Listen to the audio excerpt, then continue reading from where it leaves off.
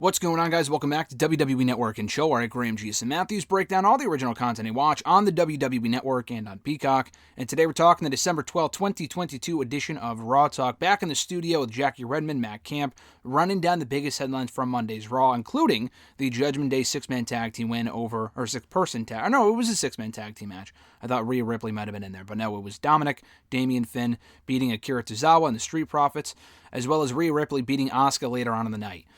Backstage, Damian Priest tells Byron Saxton that it was a positive night for the Judgment Day, overall anyway. And both Balor and Priest take turns praising Dominic, and, you know, he withstood the blue mist from Asuka, and he still can't see, and his eyes are killing him. But, you know, they call him, or Rhea says, that he proved that he was the toughest man in WWE. They also replay Alexa Bliss's win over Bayley to become the #1 contender to the Raw Women's Championship and her subsequent actions, and teasing that she might be realigned with Bray Wyatt again. Matt Camp says that Bliss has direction now. You don't fucking say. It's about time. He also recalls their single, like he did last week, their single interaction as opponents inside the Elimination Chamber earlier this year. Beyond that, Bianca and Bliss haven't really mixed it up at all as opponents, and he calls Bliss a dangerous opponent for Bianca Belair right now, and that she might play mind games, and that's the advantage that she has over Bianca, if she can't outmatch her like physically or athletically, whatever. They also recap Styles' win over Gable backstage. AJ Styles, Luke Gallows, and Mia Yim, Michin, whatever, catch up with Byron Saxton. Styles says that Gable doesn't know his own strengths, and that was what cost him the win on Monday night.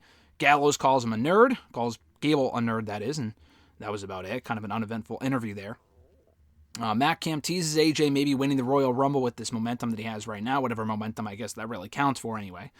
They also hype up next week's ladder match between Dexter Lumis and The Miz, where the winner gets double or nothing as far as the pay is concerned. I'm so done with that storyline, I can't bring myself to care. They also replay Solo Sikoa's win over Elias in singles action.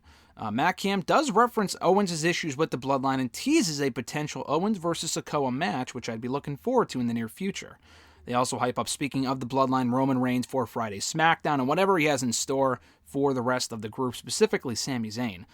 They recap the Bobby Lashley loss to Rollins, where he became the #1 contender to the United States Championship, and in turn, Lashley was fired for putting his hands on official Adam Pearce.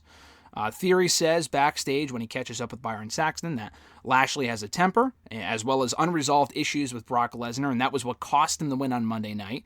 He outright addresses Rollins and says that anyone stepping up to him for the United States Championship, whether it be Rollins or Ali or Dolph or whoever, anyone that steps up will be put down and sent home. Matt Camp says that Rollins is currently synonymous with Raw. That bothers Theory as the United States Champion, as the top singles male champion on the show, and he wants to right that wrong and beat Rollins this time around to retain that title one of these days. And Redmond also praises Rollins' psychology, and that was the advantage that he has over Theory come their upcoming championship clash, whenever that might be. To close out the show, they promote the Bump 200 episode coming up on Wednesday. Rollins will be on there, Bianca Belair, possibly Drew McIntyre, and Dolph Ziggler as well.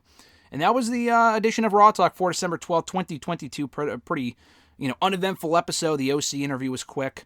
Judgment Day stuff was fun. I enjoyed that while it lasted. And we also got to hear very quickly from, who was the other person? Theory as well. His interview was good. So a pretty middle-of-the-road edition here of Raw Talk. Nothing too out of the ordinary for the show. Thank you guys for checking out my review. I appreciate it. Be sure to like the video, drop a comment, and subscribe to the channel for more daily content. Have an awesome one, guys. I'm Graham G. and Matthews, and I'll catch your ass down the road.